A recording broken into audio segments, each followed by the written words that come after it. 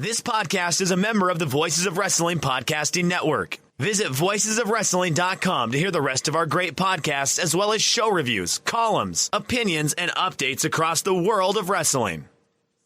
Hello, everybody, and welcome to another edition of Wrestlenomics Radio. I'm Brandon Thurston, broadcasting on demand from Buffalo, New York, where today is Sunday, August the 8th, 2021. And today on the program, we have WWE NXT Doom to discuss. The era of Paul Levesque's NXT possibly will be greatly different from this moment forward. More ratings news to discuss, as AEW did over 1 million viewers for, I think, the fourth consecutive week. We've got a quarter-hour breakdown, how this episode lines up in the history of AEW Dynamite going back to 2019. Ratings, of course, for Raw and Smackdown in their, what is this, third or fourth week on the return to the road.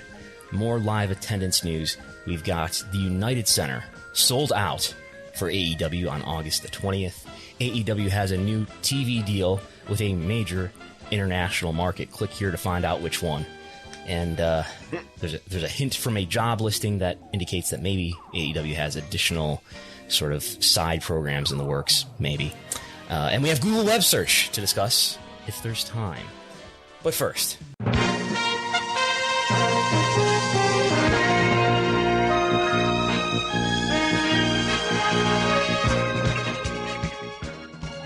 joining us live from South Buffalo to my south by southeast, everyone's favorite ring announcer, fresh off his special appearance at Excite Wrestling in the Johnson City Mall, Chris Gullo joins us to discuss the week's events. Yeah, it's good to be back. It was a fun show this past Saturday at Excite Wrestling. Big Time Bill Collier's the new champion. Oh, really? In the Battle New York tournament. And it's good to be back. Like I said, driving up the road. I'm happy to be home. So how long was that tournament? The Battle of New York. It was a tournament that Excite Wrestling put on, featuring wrestlers from all throughout New York State. But this is a tournament that had been going on for a while. Is that correct? Yeah, it started in, I believe, June. Yeah. Okay. Were those in seminar events, or were those in other types of official events? Those were the seminar events. Okay. Big Time Bill Collier and Jay Freddy had a good match at ESW a couple weeks ago. So, what time did you get home last night / this morning? Around 2 in the morning. Because we left the barbecue restaurant like close to 10 o'clock. You went to the barbecue restaurant too. You went to the after party. Yes, they have a vegan Cuban made out of jackfruit. That's amazing. Okay. So, how important would you say it is that you go to the after party to reassure your next booking in any given promotion? Not this promotion in particular, of course. We're not going to analyze that here, but just in general. Tell me about the politics of going to the after party in independent wrestling. I think it all depends on how secure your spot you think it is. I mean, I usually go to after parties because I just like spend an extra time with the guys and this and that. And then we had a nice crew of guys, and that's why I came. Even though you have a 3.5 hour drive ahead of you to go home. Yeah, I was like, but if it's, I'll put it this way. When I do MMA gigs, I don't really know anybody, and they always have after parties, and I never go because I don't know anybody. Yeah. If they pick somebody else, because I didn't go to the after party. The MMA after parties, that's your opportunity to build these connections and get your brand out there and get future bookings, I guess. I have been watching wrestling more so than usual this week, as our local wrestler, Daniel Garcia, has wrestled on AEW Dynamite. I think he wrestled on Dark. He was in the finals of the SCI tournament last night, and he has another match later today. We're recording on Sunday for the IWTV title. So there's that. So what do you want to talk about first, Chris Gullo? Let's get right into the... There we go. Yes. Let's get right into the NXT releases. Sean Ross Sapp reported Friday evening that WWE released Bobby Fish, Bronson Reed, Jake Atlas, Ari Sterling, Kona Reeves, Leon Ruff, Stephon Smith, Tyler Rust, Zechariah Smith, Asher Hale, the Giant Zangier, Mercedes Martinez, and also Desmond Troy, which was posted a little bit shortly after this. Right. Good catch. That's not even on our notes. Chris Cole just knew that off the top of his head, folks. Yeah, that's 1, 2, 3, 4, 5, 6, 7, 8, 9, 10, 11, 12 plus 13. 13. Stephon Smith is a referee, but everybody else was a wrestler, right? Released. These are all NXT people. Nobody here main roster. Although Bronson Reed, I think had done a dark match or something, or had been brought to main roster TV. He did main event, I think. I could be wrong, but I'm pretty sure he did the main event show. Okay. So I think that was the most surprising one to me, that they would release somebody who actually has size, as we'll discuss here. It seems that there's been a change in the vision in WWE's developmental, that they want bigger people. They want people who are tall. Don't you love it when people are tall, Chris Gallo? I love it when people are tall. But it's kind of funny because a couple of these guys were also tall, very tall, but now with Bronson Reed, but old. Smith. Yeah, Zachariah Smith was a basketball player. Mm-hmm. And then I actually don't know how tall the Giant Zangier is, but I'm guessing he's tall by his name being the Giant Zangier. Yeah. I would suggest if you are a wrestler with ambitions to wrestle in WWE, that you get lifts, even if you're already tall, maybe brand yourself as the Giant something or other, or something like that. Brand yourself as tall. I would suggest that. That's, if you want to really, raise the prospects of your getting not just signed, but promoted to the main roster and have them actually do something with you beyond 1 week. So, and we actually, Denise Salcedo put out a tweet. And by the way, she did an awesome job ring announcing for Game Changer Wrestling in Los Angeles last night. Okay. But she put out a tweet with the list of all the releases from 2020 and 2021. And I don't know if you want me to read them all off. They're very long. Very longest I've ever seen. I think it's over 100 or something like that. Let's just do the 2022 WWE releases. All the wrestlers that WWE has released in 2021. Yep. So we have Bobby Fish, Mercedes Martinez, Leon Ruff, Tyler Rust, Bronson Reed, Jake Atlas, Ari Sterling, Kona Reeves, Zechariah Smith, Asher Hale, Giant Zangier, Stephon Smith, Desmond Troy, Ric Flair, Bray Wyatt, Chase Parker, Matt Martell, Killian Dane, Marina Schaefer, Arturo Rios, Kurt Stallion, Sunil Singh, Samir Singh, Lars Sullivan, Big Show, Steve Cutler, Andrade, Billy Kay, Peyton Royce, Samoa Joe, Kalisto, Chelsea Green, Mickey James, Tucker, Bo Dallas, Mojo Rawley, Wesley Blake, Jessamine Duke, Kavita Devi, Vanessa Bourne, Skylar Story, Ezra Judge, Alexander Wolf, Velveteen Dream, Braun Strowman, Lana, Buddy Murphy, Aleister Black, Ruby Riott, August Gray, Ara Davari, Tony Nese, Tyler Breeze, Fandango, Santana Garrett, and Tino Sabatelli. We should mention that Samoa Joe did get re-signed or something. He's clearly working again regularly in NXT again. But other than that, I think he's the only one that's been brought back. Yeah. So what does this mean? Is WWE getting ready for a sale? Should we revisit that quickly? Maybe you can update us as the advocate for WWE is selling. Chris Gullo. Since our original discussion about this a few months ago, has WWE been acquired by a major media company? Not yet. Not yet. Is Vince McMahon still alive? Is Vince McMahon still alive? He is, as far as we know. That maybe a related factor. Yeah. So and this is developmental talent. Surely it does cut costs. But not as much as it would if WWE was cutting main roster talent, I guess. I mean, as far as the salaries that are being cut here. Is WWE cutting costs to remain profitable so that the company doesn't go out of business? Is that what's happening here? No, I'm sure they're not because they go out of business. I'm sure they're cutting costs just because. Is WWE a profitable business? 100%. Is it not as profitable as it used to be, though? Isn't that the case, that it's not as profitable as it used to be? Nope, it's more profitable than ever it has. It's more profitable than ever, but it's not as profitable as it was in the Attitude Era, right? When it was super, super popular, right? It's not that profitable, right? It's that profitable. It's more profitable than it was in the Attitude Era. Even if you adjust for inflation.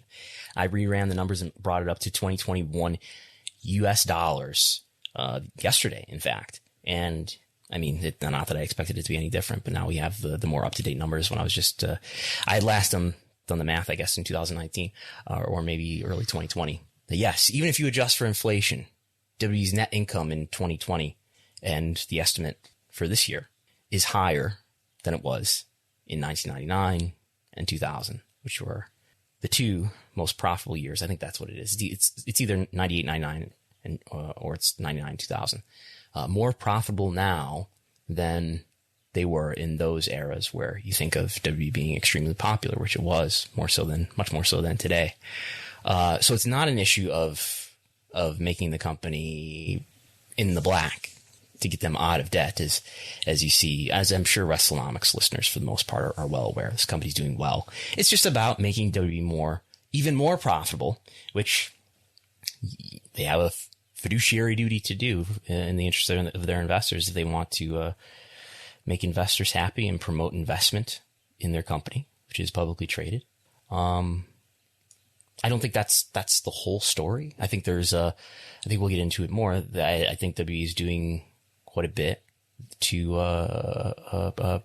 prevent themselves from being even more profitable than they would be otherwise, which is hard to prove, but that's my opinion, and I think it's the opinion of a lot of other people too. So yes, I think that's what's happening. So let's actually jump to the PW Insider note, and then we'll go back to the two slides that are before that. The PW Insider had a note from Friday night about the future of NXT. There's been a lot of talks internally of major changes for the NXT brand, including a new logo, new lighting, a focus on younger talents, and a different format to the TV shows. This house cleaning tonight appears to be part of those changes. Are we going to have challenges like the keg race? Yeah, you're talking about the game show era. Yes, of NXT. the NXT game show. Yep. Yeah, I'm struck first by the idea that there would be a new logo for NXT. I'm not ready yet to let go of the Wolfenstein logo that we currently have, the Wolfenstein look. I hope at least that of all these licenses that Nick Khan is selling, I hope they sell an NXT branded game level skin to like whatever the latest version is of Wolf 3D. I need that before we let go of this amazing branding that NXT has had lately. Or maybe even, you know what? I got another great idea for Nick Khan. Sell the NXT brand logo license to like a motorcycle company, like Harley Davidson NXT bikes. What about that, huh? Motocross or something? Wait. No, I got it. Leather jackets. Yes. Where is the NXT leather jacket at wshop.com? Anyway, so what do you, we'll jump into, I want to talk about NXT on USA and so forth, but why is this happening? What's your assessment? Why is NXT being sort of reconfigured here? I mean, we'll, talk about it a little bit, but I actually did listen to the Wrestling Observer Radio last night, and I agree with a lot of what Dave is reporting, except I think there's a third person involved that he's not really talking about much. He's saying that a lot of these are Vince McMahon and Bruce Pritchard agreeing with him, and, really just, they lost against AEW, and, now we got to reevaluate what they could do, and he's changing it to, seems like, to a more traditional WWE style of, we talked about, a couple tall guys released, but let's just face it, in my perfect opinion, I think the guy's a great wrestler. I never saw Alex Zane as a guy that Vince McMahon would put on Raw or SmackDown. Mm-hmm. Yeah. I just never did. And I think those type of guys are the ones that are really getting, they're getting cut loose and all that. And I think with Bronson Reed, he looked impressive. They brought him up and Vince probably just didn't see it. Yeah, I think it's been pretty clear if you've been paying attention to W programming, and if you've been paying attention to both NXT and the main roster for a while, you'll see that a lot of talent gets called up from NXT and doesn't get used that well, maybe in part because of the fact that Vince doesn't see NXT as serving the main roster very well as a pipeline, because you've got, in all likelihood, two people who are making decisions. You got one person in NXT / developmental making decisions to serve somebody else on the main roster who seem to have diverging views of professional wrestling. And I think, Vince, and we're seeing sort of where you're talking about what Dave said on Observer Radio this morning, that W wants to go back to, and notice Johnny Ace is back in power, that they want to go back to. That's who I think's really involved, really, with these. I thought maybe he was mentioned, but Pritchard and Laurinaitis. Vince is who we doubled down on, but yeah. So we want to go back to people who are tall, maybe over 6 foot tall or over 6'2" or something. People who are big, because Vince sees that the widest possible, not just his own opinion, that's just coincidence that it's his own personal taste, I'm sure, but that the widest possible market will most readily accept people who are big and mainly that big. And maybe for female talent, he wants people who look more like supermodels or fitness models or something like that too, I bet.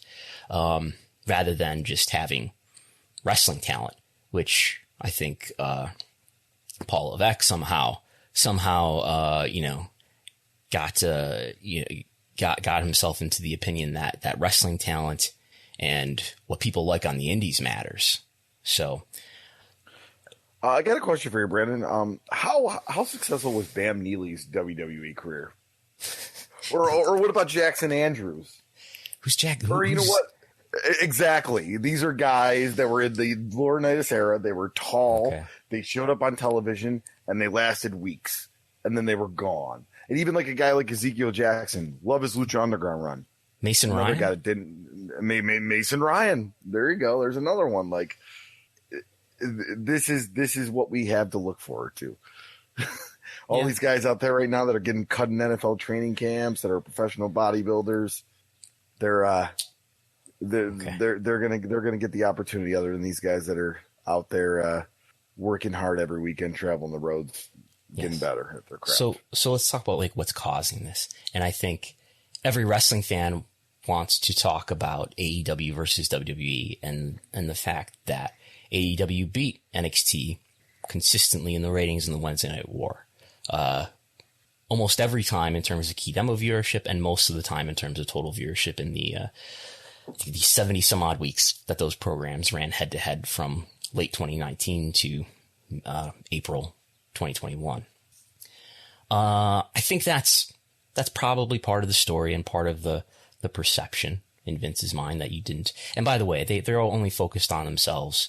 But I don't believe that. I believe WWE cares about what NXT or what AEW is doing to an extent, and probably to a significant extent.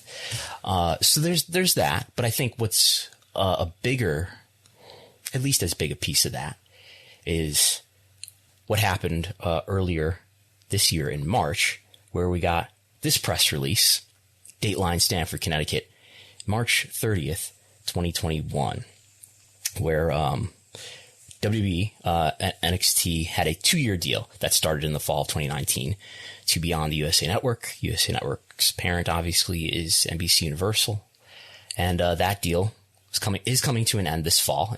In like 2 months, the first deal will expire, and WWE renewed, and they announced on March 30th that they've signed a multi-year extension. No, we don't know how long it is, but it's multi-year, so at least 2 years.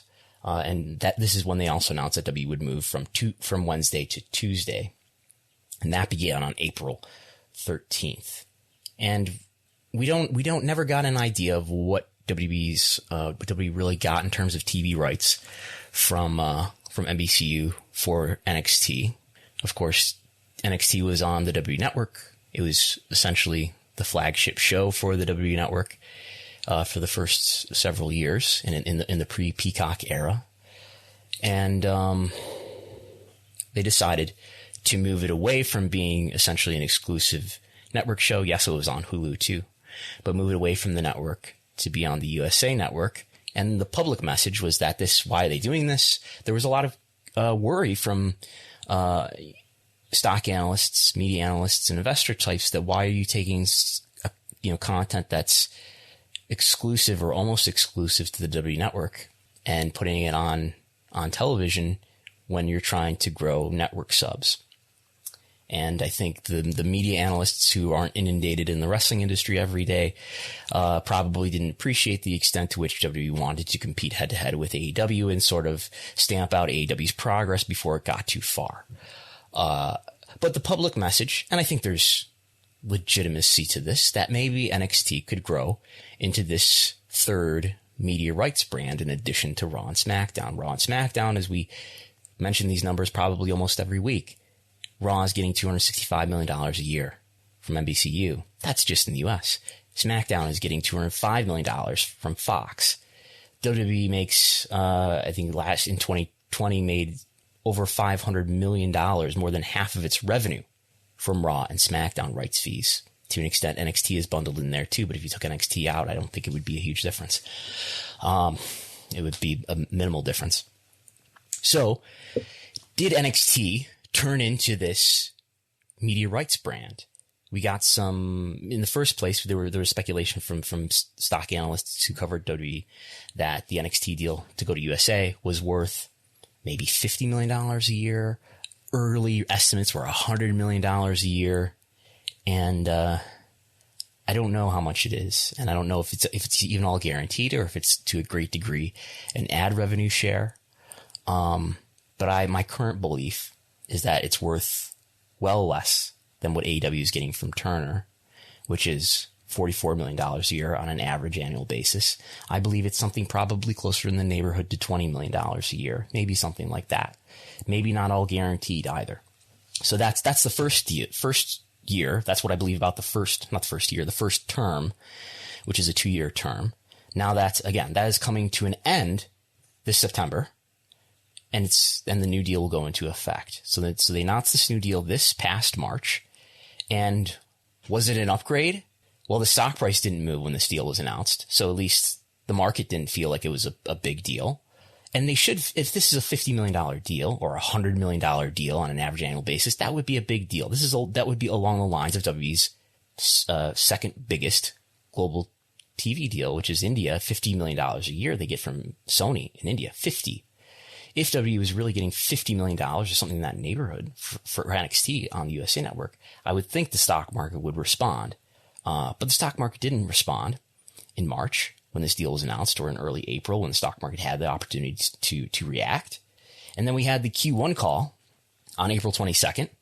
And Stephen Cahill from Wells Fargo asked Christina Salen what was up with that. And why don't you read the exchange that is highlighted in yellow here? Yes. So, Stephen Cahill said, you've historically commented on a lot of AAVs for these long-term big rights deals in the U.S. So just curious how the AAV of NXT performed or was contracted based on what sort of baked into the year of guidance. And her response was, with regards to NXT, yes, NXT was expected, obviously, because the contract was up and it's within our guidance range that we provided.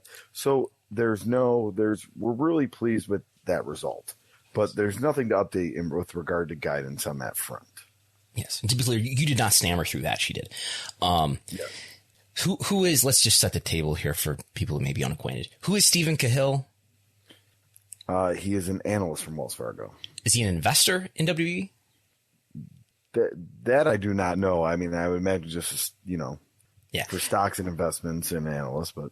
Right. These people who ask these questions I don't know if any of them are investors. I know Morgan Stanley Morgan Stanley owns a piece of WWE, probably in the single digits of percent, low single digits. Wells Fargo, as far as I know, does not own W stock.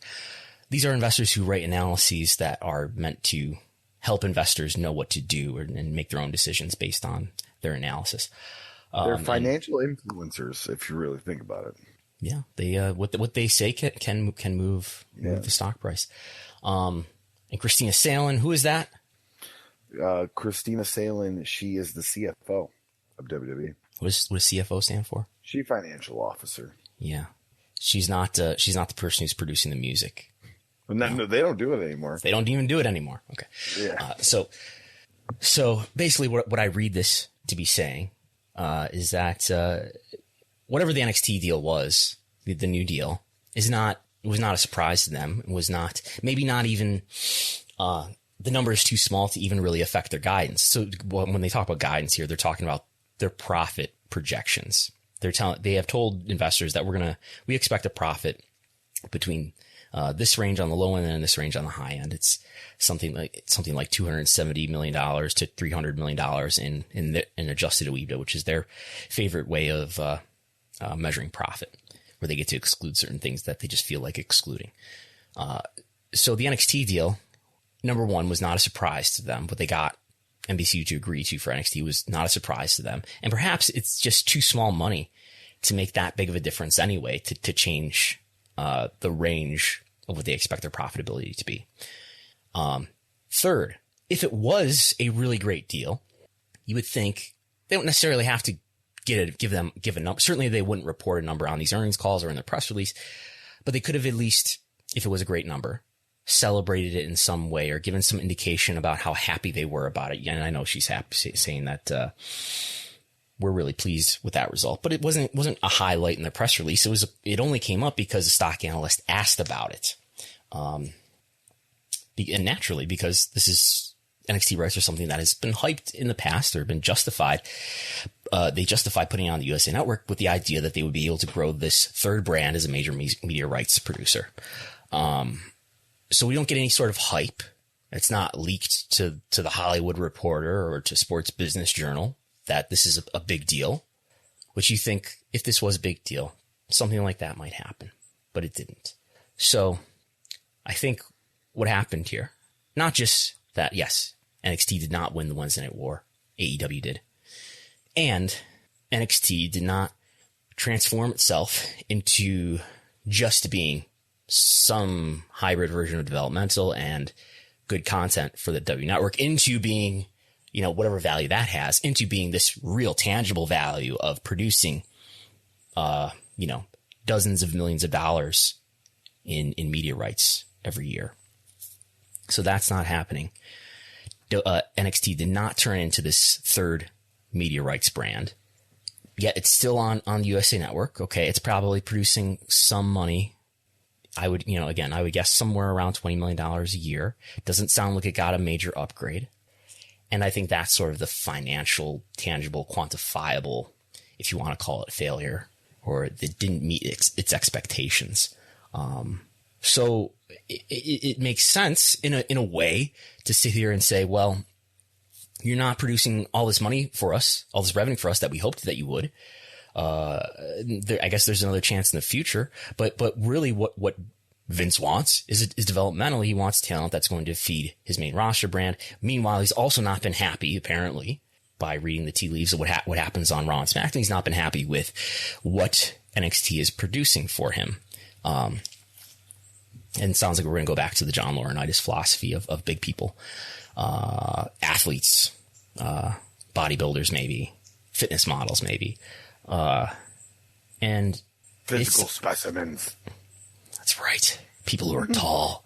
And let's think about too, it's not as if Triple H has all along been this advocate for great independent non-WWE talent and non bodybuilder sports specimen talent. It seemed to me that Triple H was more along the lines of that kind of thinking years ago when he first took over developmental. I like to bring up how in 2014, when he started doing those media calls, how he talked about how the independent talent becomes less and less of a factor all the time. He said in 2014, right before I think it was the very first takeover or the second takeover, and how it was an effort to reteach people out of their wrong indie style into our good, superior WWE style. And then later in 2014, in part just because of, I think, the development of media and the increasing ubiquity of smartphones and everybody's increasing connection to the internet, increasingly wrestlers like Kevin Owens and Finn Balor got reactions in their debuts at Full Sail. People with no WWE exposure prior to their debuts in NXT got big reactions. And I think this, maybe along with other things, persuaded Triple H to look at talent differently. And it ultimately turned into NXT being able to take takeover events, their peak events, into major basketball arenas and sell out when they sold out the first takeover at a major arena in Brooklyn in August 2015. So I think Triple H had an evolution, if you will, in how he views talent. I don't know what he really believes at this point. I really hope that Paul Levesque someday writes an honest book. But I don't know what he really believes about talent, what the best way is to go. I do believe that if Vince retired today and spent the rest of his life isolated on a yacht, that main roster would look more like NXT.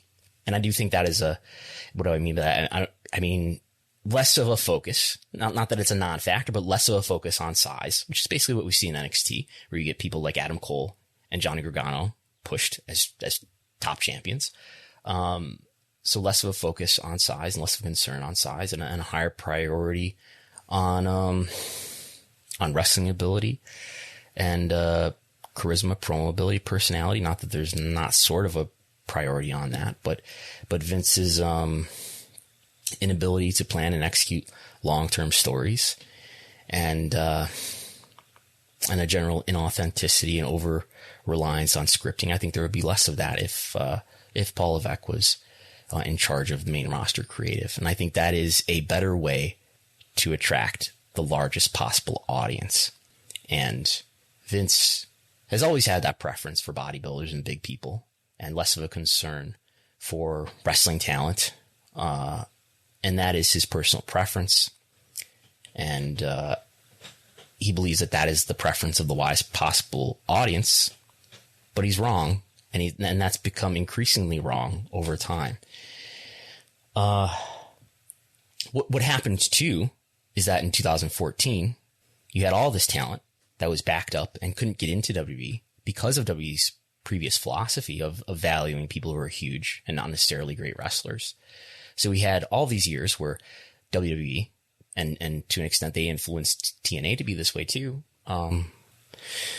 We had all this talent backed up who couldn't get into WWE, and it helps the indies flourish. It helped other non-WWE companies flourish, like Ring of Honor, and to an extent, TNA. And then when Triple H started to change his philosophy, he was able to harvest all this talent that had been backed up outside of his company and to bring them into his company. And it super served a type of fan who was unhappy, unsatisfied with how main roster programming was going. And it helped build NXT into a brand that could put on shows in major arenas that would sell out or come close to selling out in the form of NXT takeovers in conjunction with a pay-per-view weekend. But also, it became an important program to help grow the network. The network wouldn't have been as strong. Not that the network was a success. It wasn't, but it wouldn't have been as strong without NXT. And it was able to even turn into a live event touring brand.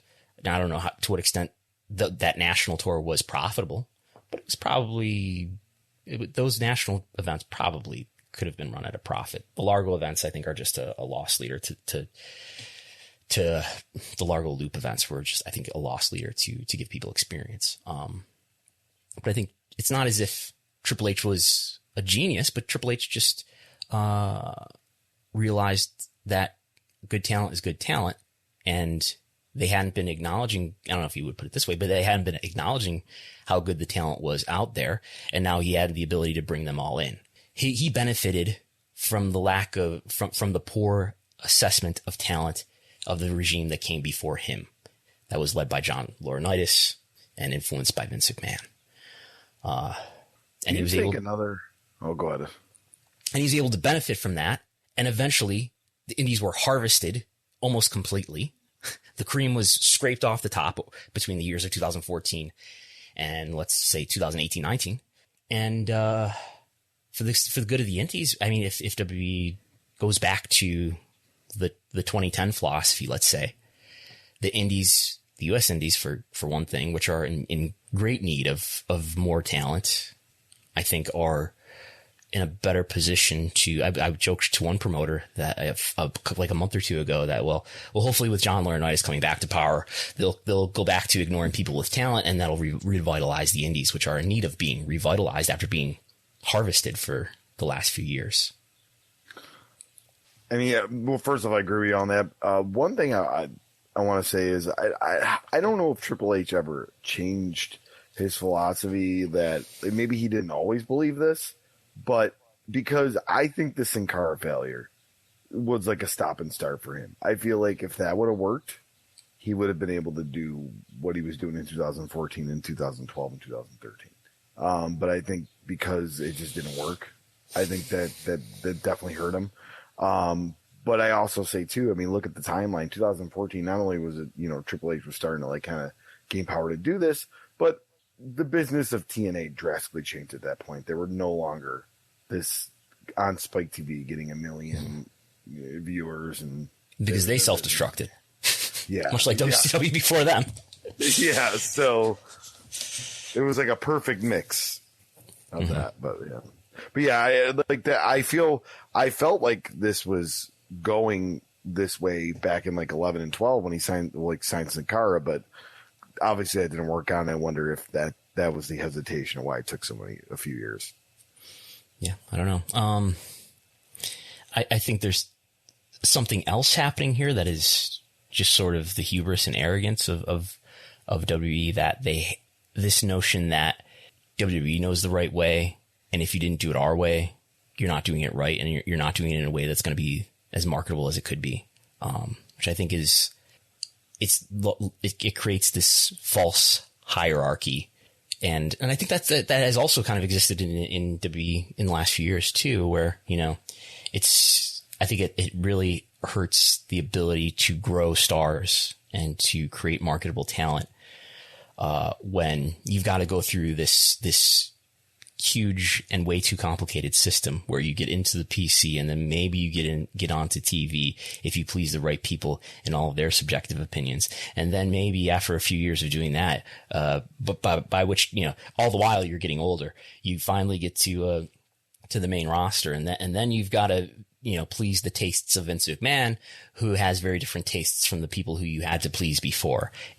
There is no central, philosophy, it seems, that everybody agrees on. I think this has got a much more outdated philosophy than the NXT people do.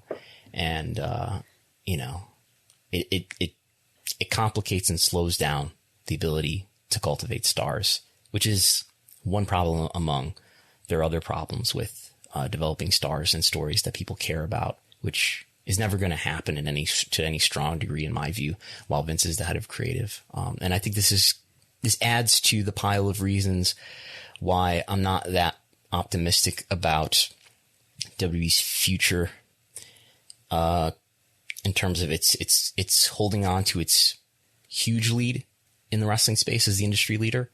I think that lead is going to narrow over time. And, however you want to measure that, we're going to measure it in ratings in September, and it's going to get smaller. If Vince is turning 76 this month, did you know that?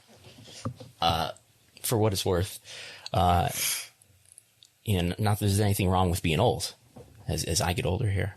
As time goes on here, it's going to continue to limit the ability to which main roster WWE, which controls the majority of their revenue, Raw and Smackdown generate the majority of their revenue. It's going to limit the extent to which they're able to generate stars.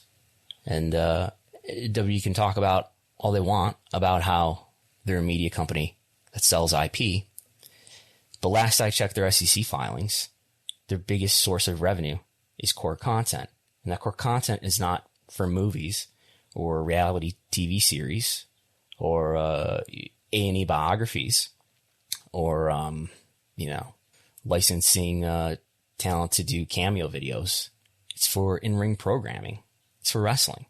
And it's kind of connected to, I think, WWE's problem with their brand, and that they're, you kind of see it. I think the Voice of Wrestling, we're putting over how not that this is a big deal, but that the 6-man that happened on Dynamite, which involved Daniel Garcia, who we trained, full disclosure, but how that's just sort of acknowledged to a small subset of fans that, other universes in this wrestling world exist, whereas WWE is totally the opposite. They're not embracing that other things in wrestling exist. They're trying to deny and transcend wrestling and to not be involved in wrestling. And I think Vince barely pays attention to any wrestling that he's not involved with, and he's not sitting at the Gorilla watching live. They want to distance themselves from wrestling and not be wrestling. And as your ARPU increases, as your audience gets smaller and your remaining audience becomes more hardcore and spends more money per person, that philosophy, that way of viewing the business becomes outdated more every day. And is it going to come to a point where AEW meets or exceeds them in terms of popularity in some consumer metrics? Maybe. And it becomes more likely because of the way, Vince holds his philosophy and influences others in his company to make decisions. All right. If we want to move on to the official news of Canyon Ceman's replacement, Trent Wolfinger, he actually tweeted that he was excited to share that he'll be joining the WWE as a new Senior Vice President of Talent, ID, and Development. I look forward to working side by side with James Kimball under the leadership of Triple H to bring to life a game-changing vision and strategy. Another guy with a big sports background. If those of you not familiar with James Kimball, was the actually vice president of operations of the UFC Performance Institute, and Trent Wolfinger, most recently I think it was a Pro Elite Sports, but also was game operations director with the Arizona Coyotes and the Arizona Diamondbacks. Wow. So very good. You're on top of this, Chris Gallo. I will tell you why I know a lot about James Kimball after the show. Okay. Okay. So yeah, and this is maybe somebody who's replacing some or all the duties that Canyon Ceman had. I don't know. But Canyon Ceman, as I think we alluded to on one program, and he hadn't really been let go from WWE, but now he has left WWE. So maybe this is somebody who's taking over some of those duties, if not all of them. And I just wanted to revisit, there was an article on Wrestlenomics.com that came out way back in November where we analyzed all the data that we could from Cage Match going all the way back to 2000 through the present at that moment, November 2020. Just looking at, you can see in terms of data how WWE's philosophy on what talent to promote to the main roster has changed over time, where wrestlers who had most of their experience, will this be clear? Well, you know what I'm talking about when I phrase it this way. Most of the wrestlers, a little bit, yeah. Let's say the question is, before I went to the main roster, which we define as you having 10 main roster matches, before I went to the main roster, what made up the majority of my experience at that point? Was it mostly non-WWE system matches, or was it mostly WWE system matches, i.e. developmental, WWE developmental? Yeah. And so if you're what we might call a non-universe wrestler versus a WWE system wrestler, the majority from 2000, where the middle point seems to be 2007 to 2009 or so. So in that first decade of the 2000s, it's mostly non-universe people who make it to the main roster, but it becomes increasingly towards 2010 WWE system people. But then after that point, the trend largely reverses to the point where it's sort of at a low or tied with a low in 2020, at least when we measured it in November, where 81% of the wrestlers who had their 10th main roster match, 81% of them had the majority of their experience from non-WWE matches. But, and I think this speaks to how Vince assesses talent, the majority, would that be correct to say? Yeah. The majority of those non-WWE people who made it to the main roster, the majority of them were just used to flesh out B shows like 205 Live and WWE Main Event, whereas those who were WWE system people who got promoted to the main roster in recent years were more likely to spend more of their time on the A shows, Raw and Smackdown. All right.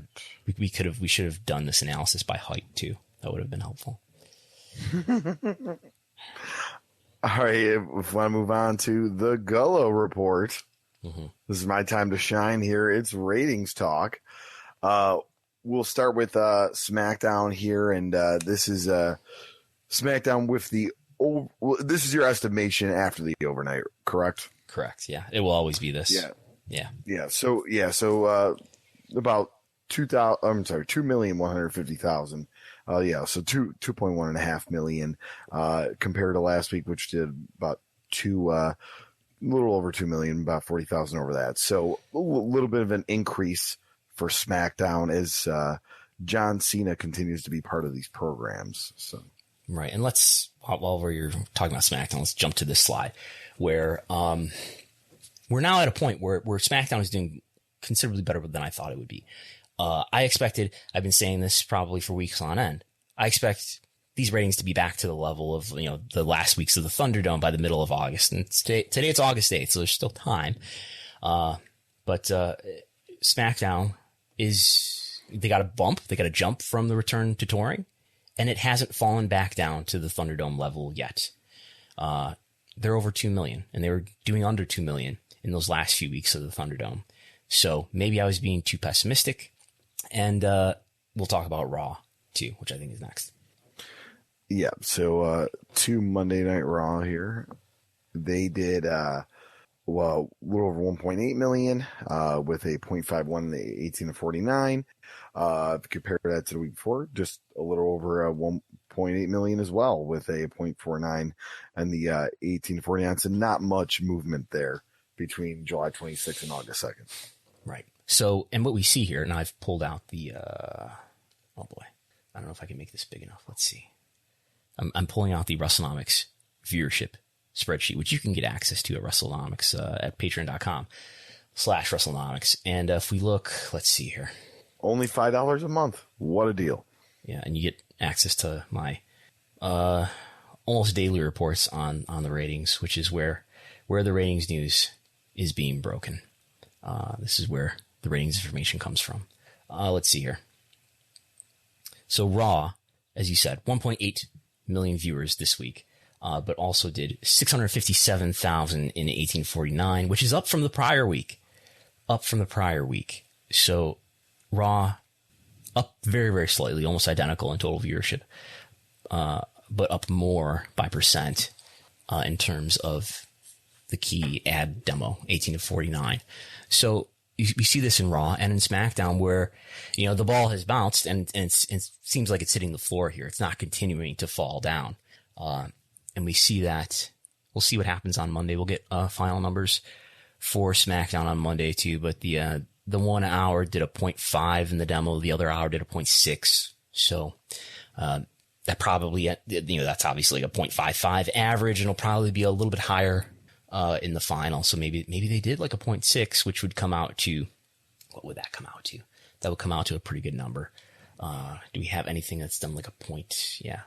A few weeks ago on the 16th, so this was the first show back to touring, they did a 0.66, which was over 850,000, 1849 viewers.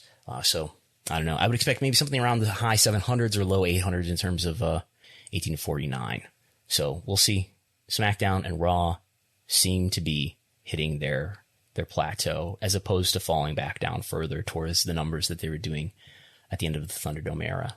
So, I am starting to feel like, well, maybe I was being too pessimistic here, expecting Raw and SmackDown to not be as benefited long term by the return to touring. And there clearly is a coincidental, at least, increase. It helps to have John Cena. Maybe it helps to have Goldberg. But we'll see how they do in the weeks to come. They're doing better than I expected. All right, and we're going to move on to NXT, all this NXT talk. How are they doing on Sci-Fi with the Olympics, which are actually wrapping up today? So they'll be back on USA this Tuesday. But on Sci-Fi, they did 520,000 with a 0.10 in 18 to 49. Almost very similar numbers, 520,000 with a 0.12 in the 18 to 49 last week. So exactly the same total viewership on Sci-Fi. I don't think there's much of anything to read here, except for I expected these numbers to be lower too. I expected NXT on Sci-Fi to be under 500,000. And here they did an identical 520,000 on both preemption nights. All right. And then moving on to Dynamite, which continues to have impressive ratings since fans are back here. They actually did 1.1 million in the 18 to 4. I'm saying the 18 to 49 did 0.46, but 1.1 million overall.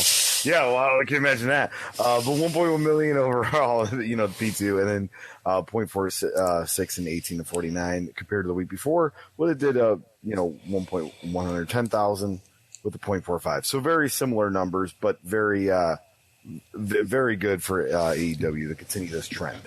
Yeah. Like some of this is sort of a groundswell of people knowing, okay, CM Punk and maybe Bryan are on their way. But they're just, also in the view of many people who we hear talk about the show, they're putting on a good show that people watch and like to watch. And I know it sounds dumb, but if you put on a good show, maybe it encourages people to watch it again. All right. And then, I guess we could add too, I think we were talking about it a little bit before we started recording. It's the reaction that I get, and obviously this is disproportionate. I'm not just being facetious here, being sarcastic, but on the reaction that I get on Twitter for some things is disproportionate when it comes to AEW. Obviously, you see that bared out here, where even though we're talking about these good numbers for AEW, it's half of what SmackDown is doing still, right? In terms of total viewership, 1.1 million to nearly 2.2 million maybe this week for SmackDown, right? So it's about double. SmackDown does about double what Dynamite does. But when I report the ratings, for what's worth, when I report the ratings for Raw or for SmackDown, including when I reported the ratings for, I was very interested in what the number would be on the first numbers on the return to touring with fans in attendance. And you expect, they've been saying for months and for a year and a half that the problem with ratings is we just don't have our fans, and wrestling you can't really do wrestling without the fans. And now they finally got the fans back, and I reported the ratings. I was very interested and excited. And the response in terms of, our readership and listenership was not as strong for those numbers as I maybe expected they would be. But the AEW Dynamite number, even here now, we're weeks out from the return to touring, and AEW's return to touring was far more gradual than WWE's was. So it wasn't as abrupt of a novelty as it was for WWE. But every time I report these ratings and I tweet the link out and the number out, there's this huge explosion of all degrees of reactions, all different varieties of emotion happening, quote tweets and so forth. It's a huge reaction, far bigger than the reaction to the ratings for WWE. Why is that? I have an inkling. What do you think, Gullo? Well, I think the interest in AEW as a brand is just increasing. People are tuning in. It's fresh. It's different.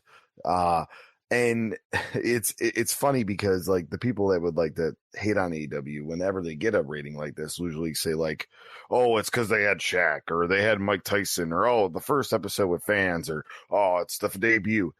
None of those are factors right now. This is just them putting on a solid Dynamite week after week after week. Like there is no giant. Wait a minute. Isn't it possible that Tony Khan could be using his family money to set up televisions around the country that just increase the ratings artificially? Is that a possibility? I heard that. What was the other rumor? The other ridiculous thing that he bought most of the tickets in Chicago or something like that. Yeah. Like it's ridiculous. Or the ratings aren't real numbers or something. I don't know. Anyway, Nielsen is a sample, as we'll talk about in a moment when we talk about Impact, and that is an issue sometimes.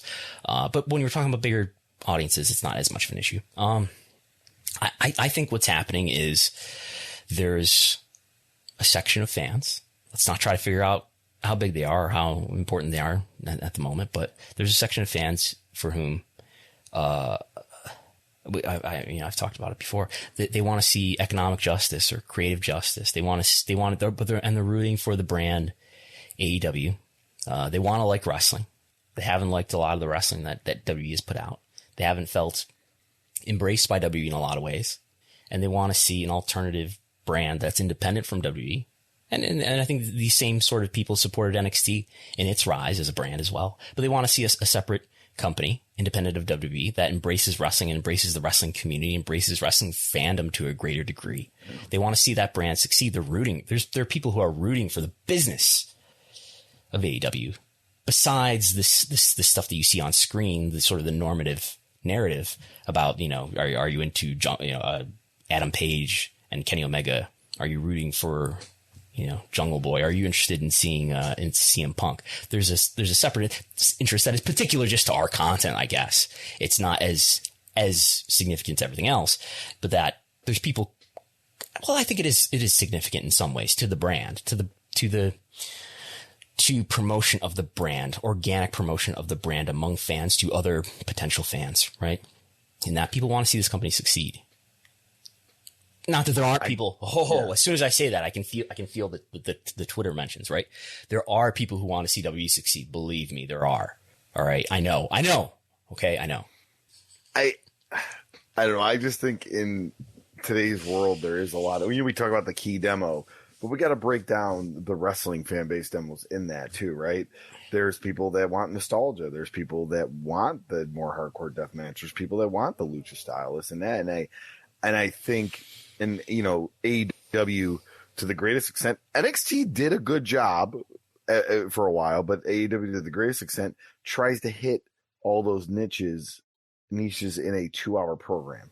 And I mean, I'll just put it this way. Juventud Guerrero was presented last Wednesday the way I wanted him to be presented, and not on a lawnmower in a jumpsuit. Like, Not that WWE did that recently, but your point remains. Not that they wouldn't do it recently. my point is that they hit a lot of niches, and I've been raving this week. Obviously we both tuned into Dynamite, to see Garcia, but I think Matt Lee from 2.0 is one of the most underrated talkers in the business. The guy just oozes charisma, and here's a guy that they let go. He took anything they gave him in NXT, the coffee mugs and the building the house, and I thought made it great. And then they give him a platform like as soon as they can in AEW, and you could see it. I don't know. Then there's two other things too. Here is the extent to which NXT did serve as an alternative to main roster for fans who were not that happy with main roster. It served as an alternative. It sounds like the future of NXT from this point forward will be less so that if the talent recruitment and the talent elevation is going to be different. And secondly, that's in terms of what they're serving fans. So maybe that it at least doesn't infringe that much on what Dynamite is doing or what AEW is doing. And secondly, in terms of talent recruitment in general, I haven't understood for a while, other than money, why, if you're a young wrestler with ambition and talent, why would you sign with WWE and not pursue growing your career in other ways, at least before going there and making them want you because they can't have you and they want to keep you away from somebody else. I don't get it. Sugar Duncanson actually put a tweet out last night. He listed the 7 wrestling companies that have TV, and anybody included NWA in that. So WWE, AEW, Ring of Honor, Impact, NWMLW, and WWE's the only one that doesn't allow wrestlers to work independence. And he's like, that just shows you there. They want people to get different. All these other companies want people to get different experience, go out there. I'm sure some of it's financial too. Some of these companies know they can't give guys contracts to be exclusive, but I think it's the my way or the highway method of WWE, and you're really seeing this with these NXT cuts and this rebranding. Yeah, if you're a young wrestler who's got a lot of talent, and you believe, I think there are a lot of wrestlers. Yes, we hear this all the time, right? Like, it's my childhood dream to main event WrestleMania and work for WWE, and this seems to be a factor too. But that WWE that you grew up watching is different. It's different than the WWE that I grew up watching, and I think there's a lot of wrestlers who believe in themselves naturally. A lot of wrestlers who end up doing well and being ambitious have a strong belief in their own talent and abilities, right? But I think a lot of them think that, well, they'll be, maybe if they're aware of the problems that WWE has, in our view, or my view anyway, I don't want to project onto you, go and undermine your ability to win the TikTok contest. But I deleted my video. I didn't like it. I didn't like the way it came off. I deleted it. I'm probably on a list. I like to say I'm on a list. Yeah. Well, I enjoy a lot of WWE programming. I watch a lot. There's a lot of people I like that work there. Yeah, I sometimes come off anti-WWE. I don't mean that. I just come off on what I like to see as a product, what's fresh to me, you know. But anyway, if you're a young wrestler with ambition, I think there's a tendency for some wrestlers to believe that, well, I'll be the exception. And even though I know the other people have problems, they didn't get pushed right, didn't get handled right, didn't get the right opportunity, but I'll be different. Vince will get me. I think Vince is not going to get you. You're not going to be the one that's going to finally help Vince see the light. You're not going to be the one that he figures out, but he sees you differently than all the others. Vince isn't going to get you unless you're a bodybuilder and you're related to somebody who he employed in the past. He's probably not going to get you.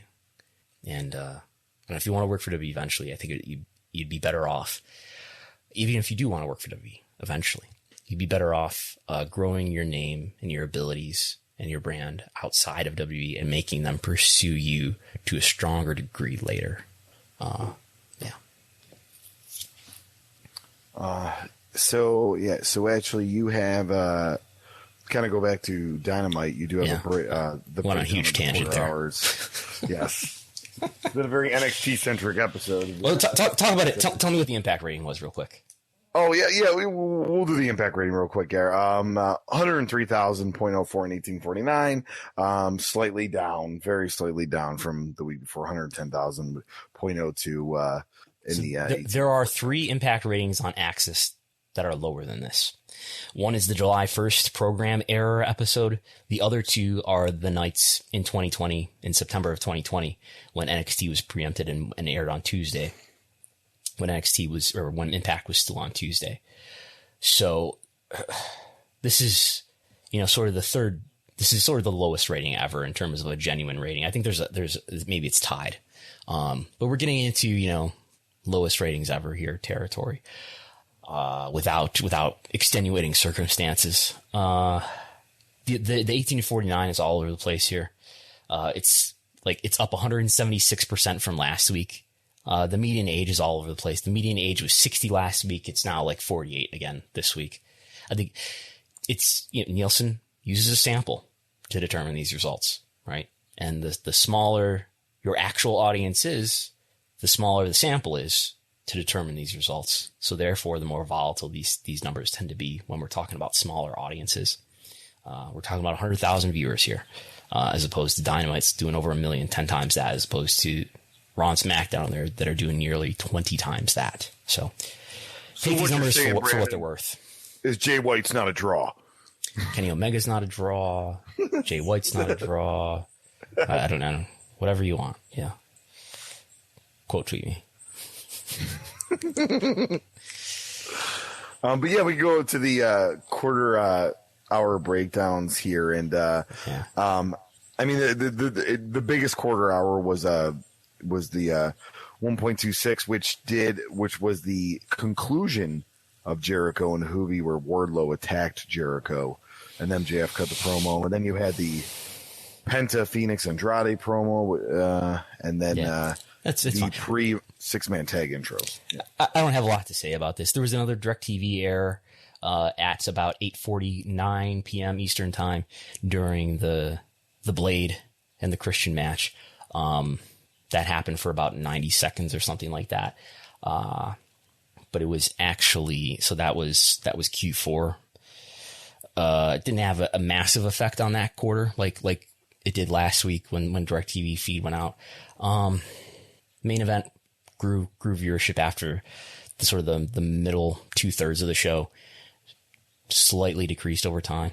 So people were apparently interested in seeing the Cody and Malachi Black match.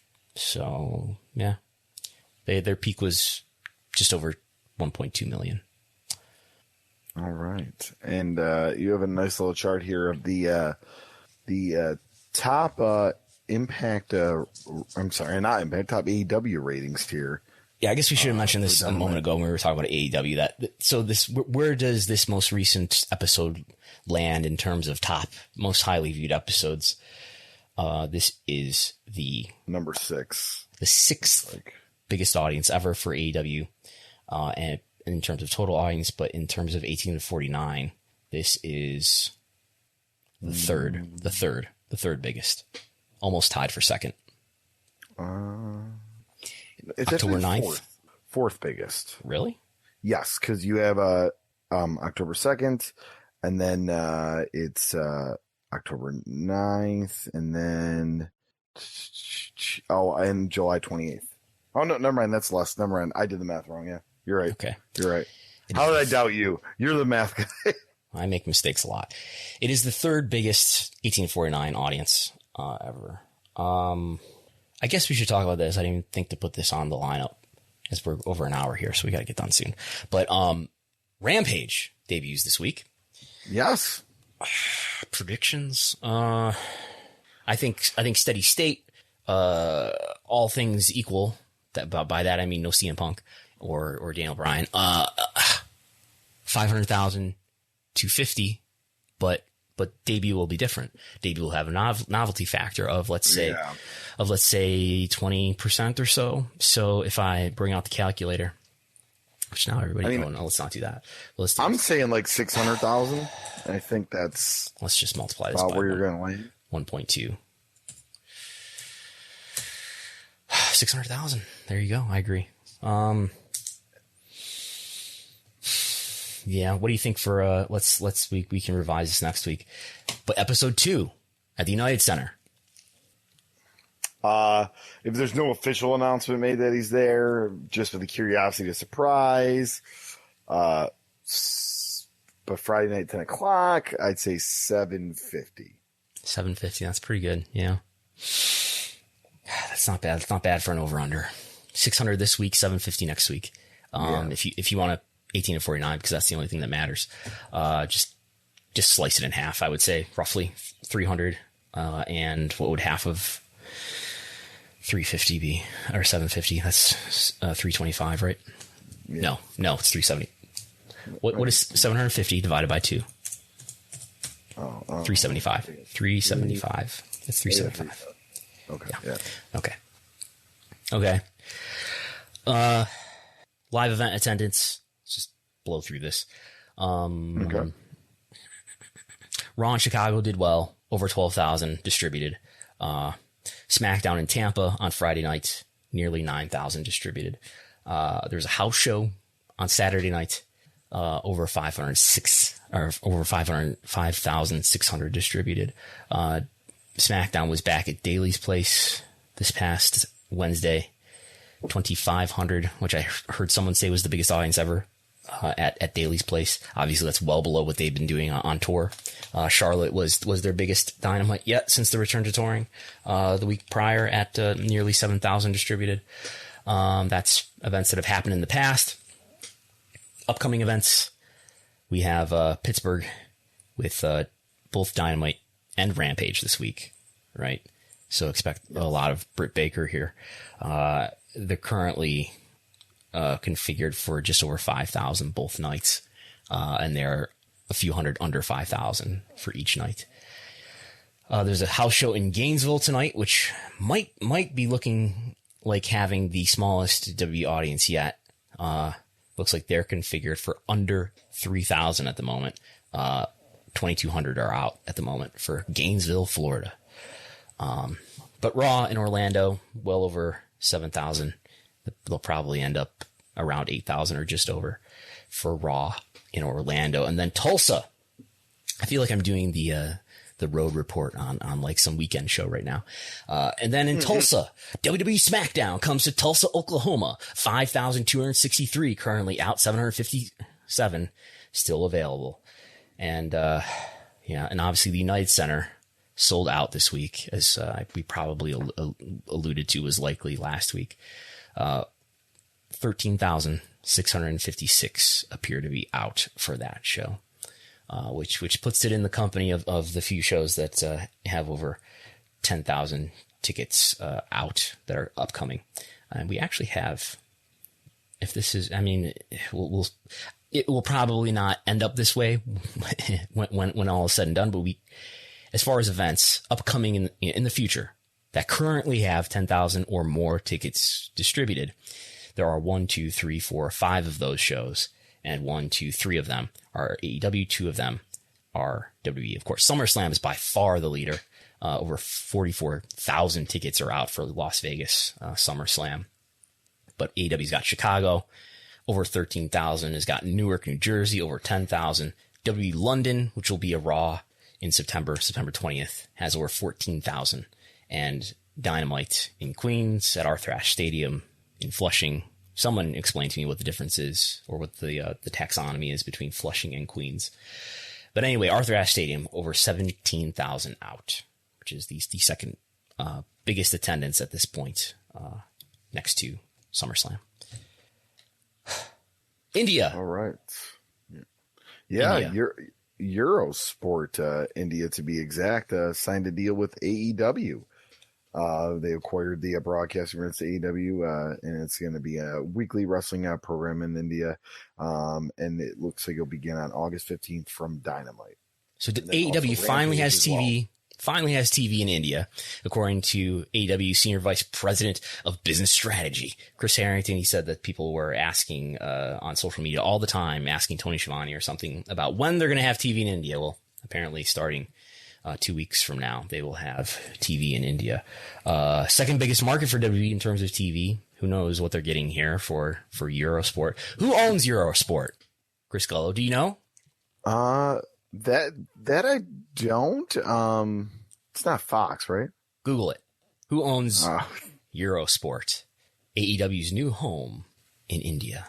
So no longer will you only be able to watch AEW in India on Fight TV. You will actually be able to watch it on a traditional television network, Eurosport. Discovery. Who's merging with Discovery soon? That was it Warner Brothers, right? Warner Media, yes. Warner Media. What would happen to both streaming services? Yes. So AEW, do you know what AEW's other TV partners are around the world? They've got in certain regions in Europe. Go ahead. What do you think there? I know. I know the England ones. ITV in England, ITV in the UK. Yeah, ITV. Okay, that's not just England. I don't want people adding us again. Oh, so, ITV in the UK. It was sorry. And I'm honestly like, I don't remember all of them, but so there's TNT Series, I think in Germany. It might be a similar sort of TNT international offshoot in some other regions. Space in Latin America. Who owns Space? Do you know who owns Space? I would assume Warner Media, but Warner Media owns Space. So I think with the exception of the UK, all of AEW's TV partners on linear TV are owned by either Warner Media or now by Discovery. And it's not as if we draw the W comparison, W has partners with all different sorts of parent companies, or subsidiaries of parent companies around the world. But this is conspicuous how AEW TV deals are neatly partnered with either their major US TV partner or a company that TV partner is soon to merge with. So yeah, that's interesting, and I think it